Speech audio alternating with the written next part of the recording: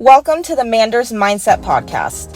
Here you'll find both monologue and interviews of entrepreneurs, coaches, healers, and a variety of other people, where your host Amanda Russo will discuss her own mindset and perspective and her guest mindset and perspective on the world around us. Manders and her guests will help explain to you how shifting your mindset will shift your life. Welcome to Manders Mindset, where we explore the power of shifting your mindset to shift your life. I'm your host, Amanda Russo, and I am so excited for today's episode. I am honored to be here with Tim Thomas. Tim has served as a special forces operator in the Australian military, and he has a passion for helping people improve their sleep. And he founded the program called Breathwork and Vet.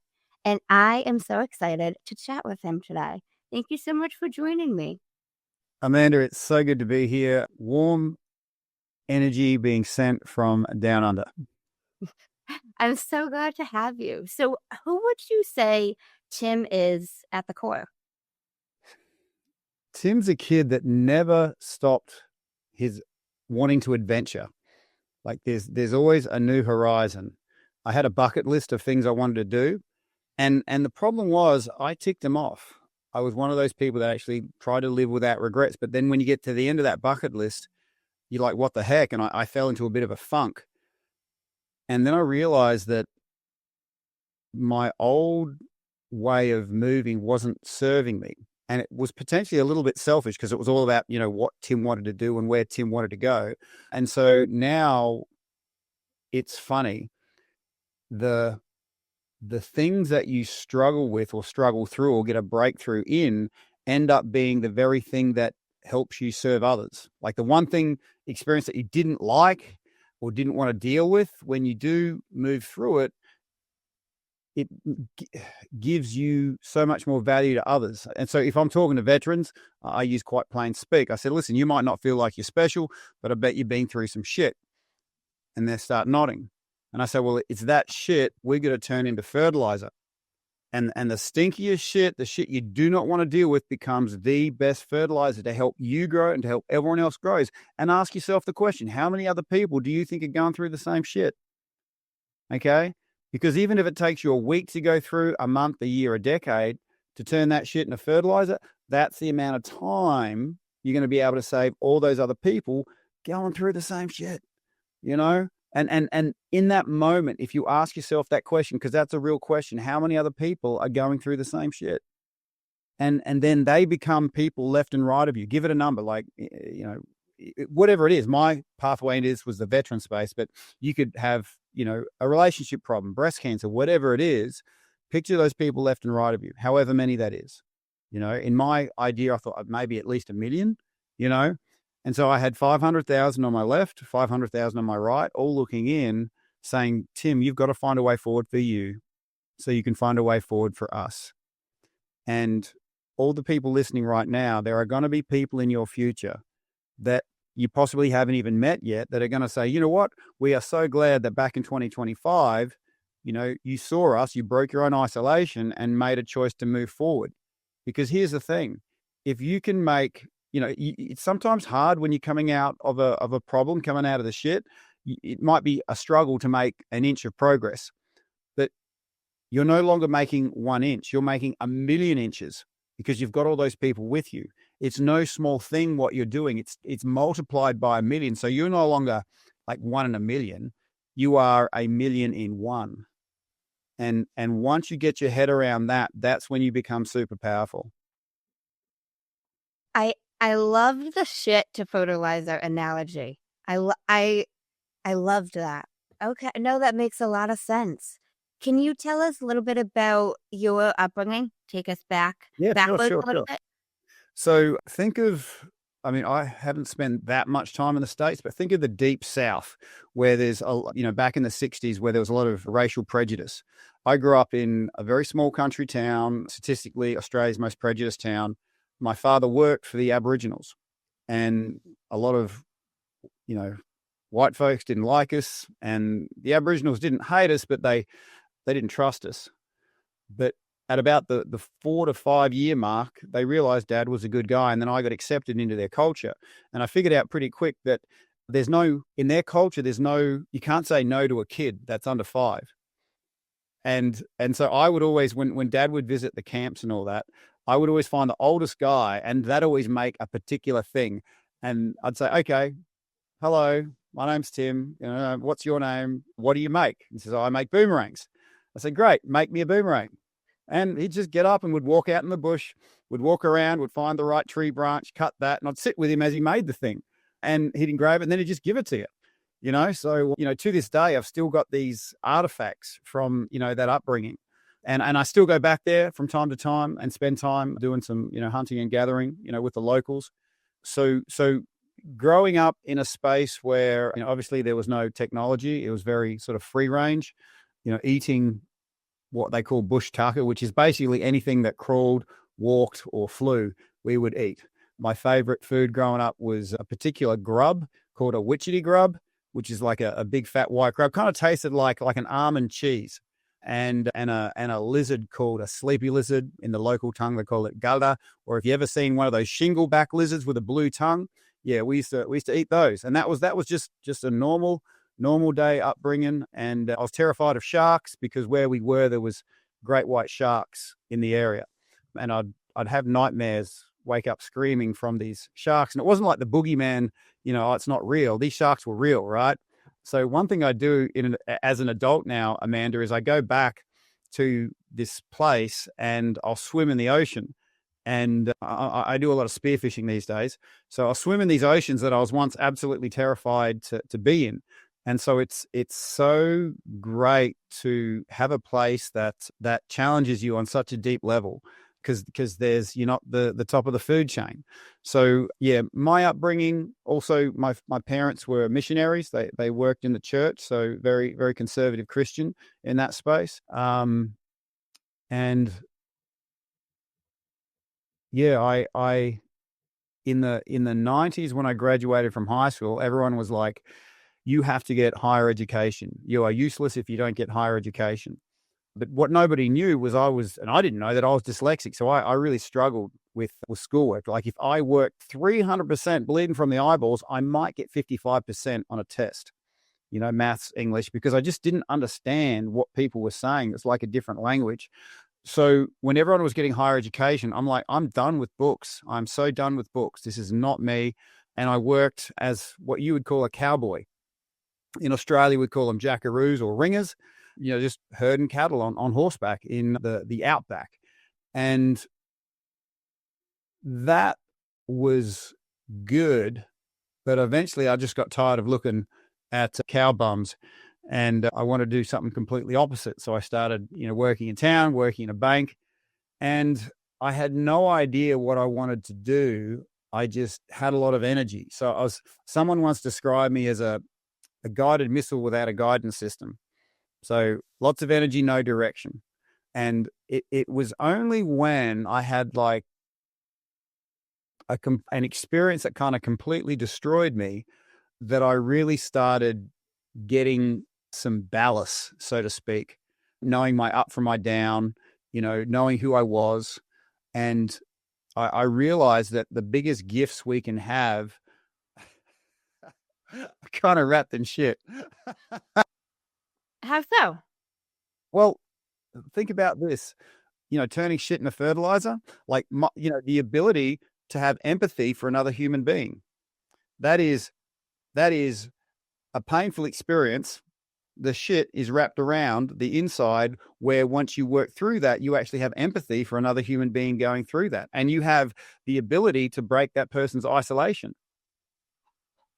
So the shittiest experience I had was coming out of Special Forces, PTSD, lots of alcohol, lots of pills, suicidal ideation, and being dyslexic, failing high school, but I was in the top percentile pattern recognition. And I saw that it doesn't matter if the pain's emotional or physical, it gets to a certain duration or intensity where it transforms without the person knowing into loneliness, isolation. I'm the only person going through that. And that's super dangerous, because we're social mammals. We're supposed to feel connected to one another. It's the best thing in the world to have a group of humans around you that have your back. But when you're feeling all alone and isolated, you don't know who to trust, and you can't drop your guard for a second because something bad's going to happen. And so you're often in a state of fatigue as well. So coming through that, trauma and isolation often occur as these words you can't speak, and we're all waiting for someone else to speak those words. And those unspoken words are like rocks around your heart. And when someone else speaks those words that you can't speak, it's like those rocks just dissolve and you can feel again, you know? And in the veteran space, my experience of it was, when someone's sharing their truth, their jaw would kind of pop open, like that, which is interesting that they'd do this. They go, and then they'd say words like, fuck, I thought I was the only one. And I knew that was the beginning of their healing journey, knowing that they're not alone in this. And then that's the start point, but then you move into getting them out of fatigue. And I noticed that people had 98% of everything they needed inside of them, but all you needed to do was break their isolation and then get them out of fatigue. And they had everything they needed to sort of generate and move forward. It's like this sort of golden compass turns on inside of them. And until you understand that, people think, well, I've got to help somebody. So there's millions of dollars spent on veteran health. There's millions of dollars spent on mental health. But I tell you now, that's all water off a duck's back if you're not breaking the isolation and you're not getting them out of fatigue. Two things that aren't often on the spreadsheet, but it's such a done right. It's such a simple thing to do. So I had this lifetime goal of saving 40 veteran lives from suicide. And that was actually achieved within 1 year because of those two things, simply breaking isolation, getting out of fatigue. And then people just went click, click, click. I know what I need to do. Wow. And I wouldn't have gotten to those tools. Those tools were wrapped in a pile of shit, and that then got me to the gold. Otherwise I'd be like, I don't want to deal with this, and I'll just keep on drinking. I gotcha. So you graduated high school, and now when you graduated high school, you didn't know you were dyslexic. So how did you uncover that? When did you uncover that? Well, I'd just done all of year 12, and one of the teachers just said, look, can you just write this down for me, Tim? And it was his lunch order. So it was on the days where it wasn't online. It was just on a piece of paper. And I wrote down his lunch order. And she brought it to the tuck shop lady. And the tuck shop ladies are somewhat straightforward in their way of doing things. and she looks at it and she goes, a 2-year-old do that? Because my handwriting was that terrible. And she sort of made fun of it. And the teacher saw this, and he saw this, and he thought, look, Tim's not stupid, but why is this like that? And so after all my exams had done, they did these tests, and they said, yeah, you're on the dyslexia side of things. And then it was just sort of left at that. There was no sort of actions on what to do next. It was just, yeah, guess what, Tim? That's that after. And I'm like, it might have been helpful to learn this, a few years earlier, and I was kind of a little pissed at the time, thinking, well, I'd just done all of high school wondering why I didn't fit in. And then there was this thing in my head that I didn't know about, maybe, and possibly becoming a bit of a victim there. But then my brother said, Tim, you still completed the race, but you completed the race with this heavy backpack on your back that no one else had. So, know that you're creating a work rate underneath all that. So that's when I first heard of it, when I filled out a lunch wrapper for a teacher, and the tuck shop lady or the canteen lady said, yeah, did a 2-year-old do it? That's a beautiful comment, though, that your brother made, that you still completed the race with a backpack on. I love that analogy. Wow. Okay. So post-schooling, when did you go into the military? In 2004, they started this scheme called DRSF, Direct Recruiting into Special Forces. Australia had never done this before. So to get into Special Forces in Australia, you had to get into the infantry for 2 years before you could even apply. But essentially, the government knew war was coming, and they had a budget, but no bums on seats. So they started this scheme, and the maximum age was 30. So I thought, well, I'm not sure if I want to do this, but I might regret it if I don't do it. So I applied under the direct recruiting scheme to get into the Special Forces. And part of it was, I was wanting to start a family. And I know I was, at the time, as professional as it got in the 90s, a professional fighter. But back then it was sort of called no rules fighting. It wasn't mixed martial arts. It was sort of held in these underground biker bars. Yes, we got paid for it, but not much. And I thought, well, if I want to get paid above minimum wage, I've got to do something that plays to my strengths. And this job seems to do that. And so I applied. Everyone said, Tim, at 30, you're too old for this. But being dyslexic, pattern recognition, I'm like, you know what? I have never actually aged before. I've never been this age before, And Amanda, you've never been this age before. Everyone listening, the age you're at right now, you have never been that before. So shouldn't it be us that decides what we can and can't do at this particular age? Doesn't that make sense? But because so many people say, at this age, you can do this or can't do that or blah, blah, blah. And I'm like, no, I'm going to, fuck you very much. I'm going to decide what I can and can't do underneath my own skin. And they said, okay, no worries. And there was plenty of guys, younger, fitter, faster, stronger, probably smarter than me. There was two things that worked in my favor. One was growing up in the 70s and 80s, getting beaten up at school. That was just a Tuesday. You didn't even tell your parents. So there was a certain tactile resilience there. The other thing was I was a freediver. I knew about breath and the power of your lungs. And your body has a very interesting automatic system for how it allocates blood. And there's parts of you that are more important than other parts. So they outrank other parts. So if your brain doesn't get enough blood, it'll send a signal to your whole body. Hey, I'm getting the blood. I outrank everybody. It'll knock you out. So you become horizontal to the floor. So it gets the blood. And another important part we have is breathing. So your diaphragm, unlike your brain, that's a massive muscle group, Amanda. So when this is getting fatigued, it'll send a signal out to your whole body. I'm more important than the rest of you guys. I'm going to get the blood. And you could see it in these guys that were younger, fitter, faster, stronger than me.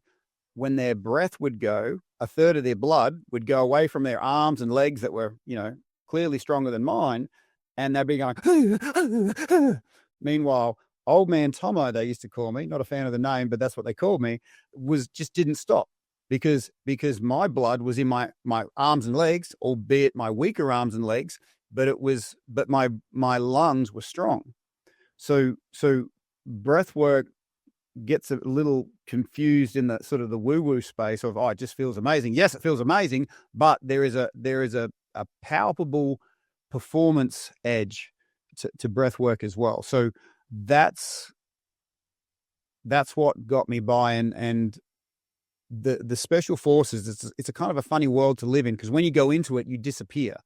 So if you haven't got your bills organized, if you haven't got your personal admin organized, if you've got a family, I was just starting my family, and I did the math, because there was about a 9-month preparation to go from civilian to special forces selection to find out actually if you've got the medal to be in the special forces. And it's the most grueling 28 days of your life.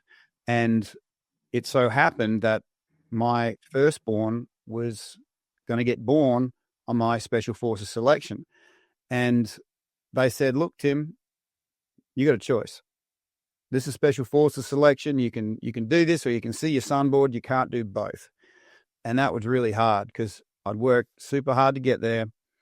It would probably be another year and a half before I had that opportunity. I wanted to provide for my family, but I wanted to be there for the birth of my son and for my then wife. And I call her my then wife, not my ex-wife. Because I stand for a positive future. As soon as you say the word ex-wife, there's a bunch of negative attachments to it. So I always say then wife, because of my positive stand for the future. And it's easy to sort of draw a conclusion right now. She's your then wife now because of this. No, this actually brought us closer. So I had to see this situation of me choosing to do selection over being there for my firstborn from the perspective of my son. And I said, well, from his perspective, what does he need? What are his needs? Does he need me there at the birth, or does he need a dad with a job? And I'm like, that kid needs a dad with a job. And so I got my then wife all the support she needed. And I told the selectors, I said, okay, I'm doing special forces selection. Let's do this. And that was the answer they were looking for. You know, they let me have a phone so I could keep track of everything. And so the physical aspect to, you know, the process of getting accepted had to be balanced with your own sort of personal admin as well. So a lot of guys were fit enough and had a powerful mind, but they couldn't organize their own life as well. So all these things sort of come up. So yeah, that was how I got in. Wow, that's a difficult decision, but I get what you mean by you had to look at it from your son's perspective and not yours, not your then wife's, but your son's. Yeah, And I want to share something. Yeah. So my son, his name's Corbin, he's 20. He calls me up 2 weeks ago and he goes, Dad, I want to know how to deal with blisters when he goes running. And I'm like, yeah, well, I'm ex-infantry. I'm all about how to care for your feet. You've called the right guy. He goes, yeah, I want to run a marathon. I'm like, okay, great. 6 months of training at least, we'll get you there. He goes, no, I want to run a marathon this afternoon. Right? Like, this is his words. And I'm like, there's a bunch of stuff going off in my head. And I'm like, why do you want to do that, Corbin? He says, I just want to say, in the morning, I wanted to do it. In the afternoon, I did it. I want to say I can get off the couch and do it. Again, a bunch of stuff going through my head, but I'm like, I'm not going to stand in the way of this young man. He's going to get in action. And he asked me, should I post it on social media? He says, I'm not sure. And I'm like, well, Corbin, here's the thing. The credit here doesn't go to the critic. The credit doesn't go to the person who points out how the great person failed. Okay. The credit goes to the person actually out in the arena, falling over, getting up, getting into action. There's no credit to standing in the, being in the stands, just pointing out what went wrong. So to say, it doesn't matter if you fail right now, just get in action, whatever that looks like. And the previous day, he'd worked 12 and a half hours at his job. His dietary intake was 2 Big Macs and a bowl of spaghetti. So do you think he actually, out of interest, do you think he actually did it, Amanda? I don't know if he completed it, but I feel like he ran it. And I asked him, I was quite relieved. I said, do you want me to run it with you? He goes, no, it's something I want to do on my own. So I was quite relieved that I didn't have to run it with him. But then he goes, you can run the last 20 Ks with me. And I'm like, oh shit, that's a lot for me, right? And in the midst that he made, and so I prepped him as best I could.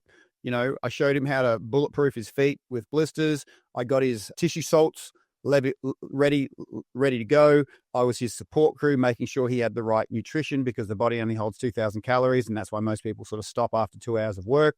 So I was able to prep him as best he could, but still in the mid-30s, he was cramping terribly.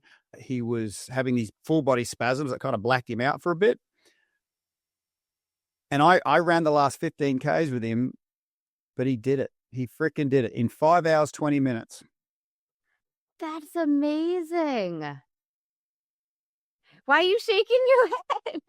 I still can't believe it myself. Like, I mean, who the heck goes, I want to just to have that, and I'm like, it kind of makes sense because when he was born, that was a time of real turmoil, because when he was born, there was this, they allowed me to duck out for a few hours. And I got to his birth, and then there was complications. My then wife thought she was going to die. We were worried about the baby. And so all this drama was going on. And then I'm thinking, well, maybe people with like a big heart and high stimuli, this world is so easy. It's so, our forefathers did too good a job. Like, we don't have to run anymore if we don't need to. The new adventure sport is getting Uber Eats. So maybe people with a higher level of stimuli have to sort of do these crazy things for the world to make sense. So I'm still trying to figure it out myself. I only now am I putting together the fact that my son called me up the other week to do this, and he was born in a real time of conflict. I'm like, maybe his energy level was set at a certain marker at birth, and now life is so easy for him in a physical sense. He has to go and push himself, in that realm to get to feel normal. I don't know. I'm shaking my head because I'm still trying to figure it out. But but now that I've had this conversation with you, I'm like, maybe there's some sort of energetic signature that was there, from the get go. That could be, like the environment that he grew up in. Like people, like if they grew up with a lot of noise, they can easily sleep with a lot of noise. I've heard examples of that. It's very different, but like that aspect, Wow. That's amazing though. Well, you're holding a good space, Amanda. I didn't know I was going to share that, but I thought, well, it just came out. Well, I love that. That's wonderful. And that's really great though that you were the person he called because he didn't call about the marathon. Yeah, he says blisters. How do I deal with blisters? I actually thought he broke up with his girlfriend. I'm like, okay, this is something that he's trying to just do his get it out of his system, like Forrest Gump or something, But and I wasn't gonna. I'm running with him. I didn't want to ask him about it. And in the last 15 k's, he the old explosive diarrhea, and so he had to do laps near a toilet so he could do that. But he still kept going. It was just surreal. And the thing was, I had a whole weekend planned. I was supposed to co-lead a group of veterans up a mountaintop to do breath work with them. But, this thing happened out of the blue, and my son said this. I had to call him and go, look, here's what's happening. This is happening now, and I have to be there for it. And they're like, cool, no worries, send us updates. So I was taking little videos of the whole thing. In fact, I'll send you a little video. Feel free to share it with your crowd in the last, couple of 100 meters of him actually doing that. That's amazing. And you did it with him. You reorganized your schedule to be able to. I love that. That's so beautiful. No, that really is. Has he done breath work? He does, like all kids or like anybody, they do it when they see the self-benefit. So my son likes doing mixed martial arts. And if I want my son to do something, I have to organize, and this is a tip for your kids. Your kids won't do what they tell you, but if you get a group of their friends doing what you tell them, they'll do it with them. Okay. So I will organize the martial arts class to do a particular form of breath work, so my son does it as well. Okay. And all through his, primary school and high school years, I would organize these, young boys like to do boxing, and I'd organize these boxing holiday clinics just for free, a chicken wing eating competition afterwards for these young boys. So I would have my son training, because if I realized, if I said, hey son, let's do training, he'd go no, or he would make his mind up on the day. You wouldn't be sure, but I knew that if I had 12 of his mates training, there's no way he wouldn't. So I pulled the picture back, get their friends involved, and then they have to. It's sort of, yeah. So that's what we did. We a lot of school holidays did these, boxing clinics, and then like a chicken wing thing afterwards. And so that's how I get my kids to do anything, is get their friends to do it. Oh my gosh. How many kids do you have besides the son? I've got a 20-year-old boy and a 18-year-old daughter. Yeah, Nice. she just graduated from beauty school. She calls it a career now, a career in health and beauty. Yeah. Why did you quote that? Why did you put that in air quotes? A career or health and beauty? Well, she doesn't call it a job. She calls it a career. So it's something that she really wants to do. It's not just a job that she uses to pay the bill. She sees herself doing it for a long period of time. Okay. So I quoted career, not health and beauty. Okay. Look at you getting up. That's a real job. Beauty's a real thing, Tim. I would get all defensive for your daughter. I would get to explain to you why it was. But that's amazing. Has she done breathwork with you? I think I was probably a little bit too forceful with her. So when we would hang out, we'd always walk the dogs together, and at sunset it would often be, and I'd say, let's do some breath work, and I probably didn't give her the option to say no. So she's probably a little resistant now to it, but she thinks like me. She looks like her mum. My son looks like me, but thinks like his mum. So it's funny. One, they look and then it's like our brains got switched to a certain degree. Obviously they have their own, personality, but yeah, Jody has told me that she has used the nighttime breath work in bed tracks when she does want to sleep. Although, it's like everything. It's a bit funny hearing your own parents' voice telling you to breathe in and out. So, my Breathwork in Bed app guides people to sleep and out of bed, as you know. And the difficulty I have is with people that know me really well. They're like, I love you, Tim, but it's sort of that familiarity breeds contempt. So I do have other voices on there now for people that want to change. And my boy was highly resistant to I don't want to hear my dad's voice in my bedroom, because his girlfriend downloaded the Breathwork in Bed app, and he's like, "You're not playing that in the bed." Oh my God. I love that. Would you say breathworks helped you with parenting at all?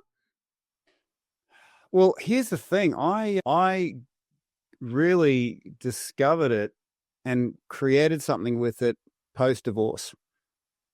So COVID divorce, 2019, 2020, and, it was a big financial loss. I lost house, home, money, regular access to kids, and I'm sleeping on the couch of my parents' place. And you can bet at 2 a.m. I wasn't sleeping. And here was the breakthrough, and this is what put me here in front of you today. In that moment, I understood that the mind's like a garden. Whatever you water will grow. And I was watering the weeds of stress. And those weeds grew until eyeballs pop out of them, and they become sentient. They become aware of the things that you do that feed them, and they want to be fed. And they become aware of the things that you do that starve them. And they'll push back against the things that you do that starve them. And so an example of this is, if you want to exercise or go to the gym, before you go, there's always that part of you, oh, let's not do it now. I don't want to do it. Rah, rah, rah. They're the disempowered parts of you that know once you become truly powerful, they're gone. And they scream the loudest before they die. So understand that. So the resistance you feel is there telling you something powerful is about to happen. And once you can reinterpret that, you don't see it as resistance. You say, like, there is something powerful that's about to take place. So just outside my door right here, I've got an ice bath, and you can bet there's resistance before I get in. But I know, and it's still there, but I interpret that as, wow, if I'm getting this much resistance, I'm going to get this much assistance afterwards. So resistance equals assistance. And once you see that equation, you can use it as a reverse compass. Like, oh, I don't want to deal with that shit in my life. Well, that means if you deal with it, there's so much power there available for you. I kind of lost my track there, Amanda. Where were we? No worries. But I had mentioned about if breathwork helped you with parenting. But I guess. So here I was, 2 a.m., post-divorce, sleeping on the couch in my parents' house, and the stress weeds were loving it, okay? Because everything I was doing was feeding them. And even though I technically knew that breath work would help, it's like I couldn't. It's like I was locked into place. And a lot of people in the wellness space experience this, and now I'm speaking to it, where you can get so locked down into a particular state, and those stress weeds go, great, keep them here. And you know what you should do, but it's like you are locked in. And I got up 2 a.m., I was about to drink a lot of alcohol, take a lot of pills, potentially do self-harm, potentially all three. And I just looked at my left thumb. I said, Tim, you can take one breath. Take one effing breath. And I drove it into my chest as hard as I could. And I went, and it was like the first breath coming up from drowning. And I'm like, oh, this works. Take 2. And I got 2 fingers. I drove it into my chest. I took a second deep breath. Okay, take 3, 4, get to 5, get to 10, a finger at a time, a breath at a time. I'm just reclaiming the power of my breath, right? And then somewhere between 15 and 25, those stress weeds got kicked the fuck out. And the rest of my mind was like, Tim, thank goodness you kicked those guys out. This is working. Keep doing it. We love you. And it was in that moment I started thinking, how many other people are in a situation where it's like there's no way out of their own head? And they may know what the right thing to do is, but it's like they can't do it. And so to have that circuit breaker there, that little thing that you can, external focus point, mine was my thumb, but, I made breath work in bed so people can just press play and you say, breathe in. Oh, it makes sense. Hold it, breathe out.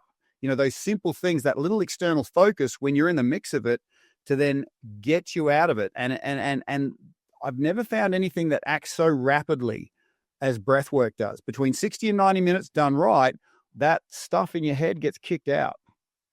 And this piece, it transcends words, it transcends, you can't explain it. So I really encourage people to have a lifestyle of breath work, because then that gives you a whole new, better level of normal. Because breath has a nature, okay? If you try to hold air, you can't hold air. It can't be held. That's obvious. So when we breathe it, we take on the nature of air. We can't hang on to physical tension. We can't hold on to mental tension. And the amount of drugs and alcohol and all those sorts of things that you can take for us to be in that state? Well, we can attain that state without any of it. We can be what I call regain our sovereignty. We can have our boundaries in place and be in control of what's underneath our own skin, because I had to, get divorced, lose my money, house, home, regular access to kids, to realize that this thing right here, this level of skin, is about where my control stops. But the good thing is, underneath this skin, I get a say in it. And breath was the thing that brought me into that state of sovereign power. And you know what? Powerful connections inside of you increase the likelihood. Doesn't mean that you're not about to go through a storm, but powerful connections inside of you increase the likelihood of powerful connections outside of you. And that's what I started doing. I started making these little recordings to help me go to sleep. And then, I had a business. I had to get up at 2:30 a.m., I'd feel like crap in the morning. So I'd start making recordings to help me get out of bed. And I'd share them with friends, but it was a bit clunky. It didn't quite work. So, I made the Breathwork in Bed app. So you just, tell it when you want to sleep, when you want to wake up, and then it just falls out of your phone. Because people are busy enough. You're not serving them if you say, just do this. All right. But if they can just so look, here's what I want. And then you just press play on that little notification, then with ease and grace, you start reclaiming your sovereignty. And quality sleep has an accumulative effect. You start, more energy when you wake up means more energy for your day, means often you can get a better return on your day. And it's not so much the sleep that gets me excited about this. Yes, sleep and breath work needs to be the first step into your growth. What gets me excited is everyone has these seeds of greatness inside of them. And those seeds of greatness are just waiting for the right energetic level for them to flourish. And this is the beautiful thing. Bringing up your energy levels through quality sleep creates this natural flourishing of the person. All those gifts that are inside of a person start flourishing. And that's the most beautiful thing I get to do and observe in people, is see how it's like colors that never existed are just waiting for the right energetic level to come out of you, Yeah, no, it's so true. Sleep affects our brain and our ability to do Any and everything. It really does. Well, thank you so much. I really, really appreciated this. Thank you for being a wonderful host, Amanda. Oh my gosh, of course. Thanks for joining me. Have you heard of a man named Jay Shetty? Name sounds familiar. Jay Shetty. He's got a podcast called On Purpose. He's an author, former monk. You probably heard of him. Oh, okay. Yes, I think I do. So he ends his podcast with 2 segments, and I've incorporated them into mine. I just give him a little bit of credit because I did not come up with these questions. First segment is called The Many Sides to Us. There's 5 questions, and they need to be answered in 1 word each. One word. Okay, I love this. What is 1 word someone who was meeting you for the first time would use to describe you as? Probably overwhelming. What is 1 word someone who knows you extremely well would use to describe you as? Fun. Quirky. What is 1 word you'd use to describe yourself? A seeker. What is 1 word that if someone didn't like you or agree with your mindset would use to describe you as? Pushy. What is 1 word you're trying to embody? Appreciation. Second segment is the final 5, and these can be answered in a sentence. What is the best advice you've heard or received? Trade your expectations for appreciations. What is the worst advice you've heard or received? Be like me and everything's going to be fine. What is something that you used to value that you no longer value? What other people thought of me? If you could describe what you would want your legacy to be as if someone was reading it, what would you want it to say? Oh, this one's easy. Quality sleep worldwide. If you could create 1 law in the world that everyone had to know, what would it be? And I want to know why. Breathwork before bed. Because quality sleep leads to quality people. I love that. Well, thank you so much for speaking with me. We could, and I know we've got to shut this down now, and because we've got a busy day ahead of us. But yeah, I'd love to do this another time. I feel like there's a lot of we just skimmed a rock across a very deep lake in this conversation, Amanda. That's so true, and we'll pick this up another time for sure. I really appreciate it, though. Thank you so much. Thank you, Amanda. And thank you guys for tuning in to another episode of Manders Mindset. In case no one told you today, I'm proud of you. I'm rooting for you. And you got this. As always, if you enjoyed the show, I would really appreciate it if you would leave me a 5-star rating, leave a review, and share it with anyone you think would benefit from this. And don't forget, you are only 1 mindset shift away from shifting your life. Thanks, guys. Until next time.